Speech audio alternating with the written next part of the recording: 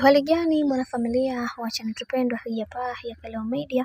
Kama ndo mara yako kwanza, basi nikusii usisahau kusubscribe, kulike, kushare pamoja na kucomment, kwani kufanya hivyo utakuwa umejiweka katika nafasi nzuri ya wewe kuweza kuenjoy na kufurahi pia. Bwana Bibi Zuchu aweza kukasirishwa na kile kitu ambacho kilichoweza kutokea katika maisha, na wengi wao wanatamani kuweza kuhakikisha kila linalotokea katika kila maisha liweze kuwa na mikakati na misingi iliyo bora, kwa sababu kuna mambo mengi ambayo yanayotokea na wengi wao hawaamini katika haya yote. Na leo hii nataka nikwambie kitu kimoja ambacho sichoweza kukijua katika maisha.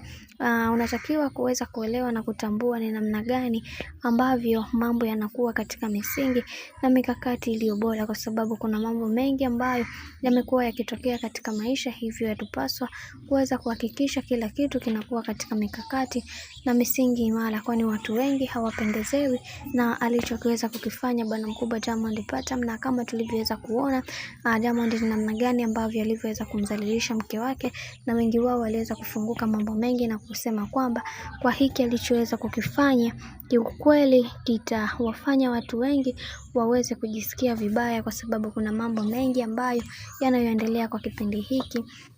Yatupaswa kuweza kuhakikisha tunakuwa makini ili kuweza kufikia malengo yetu ambayo tuliweza kujihakikishia katika maisha. Na pia tunatamani kuweza kuona ni vitu gani ambavyo vinavyotokea katika maisha katika uhalisia. Na leo hii nataka nikwambie kitu kimoja ambacho ukijui na unayakupaswa kuweza kuhakikisha ni kitu gani ambacho unatakiwa kuweza kukielewa. Ni kuhusiana na bwana mkubwa wa Diamond Platnumz, ni namna gani ambavyo anavyopambana kuweza kuhakikisha kila kitu kinakuwa katika mikakati na misingi ile mala. Sasa leo hii kuna mambo mengi ambayo yanayoendelea, hivi yatupaswa kuweza kuhakikisha kila kitu kinakuwa na misingi ile imara, na wengi wao hawatamani kuweza kuyaona matatizo ambayo yanayoendelea kwa kipindi hiki, na wameamua kuweza kupambana kuweza kuhakikisha kila kitu kinakuwa katika misingi iliyo imara ili kuweza kufanikisha yale ambayo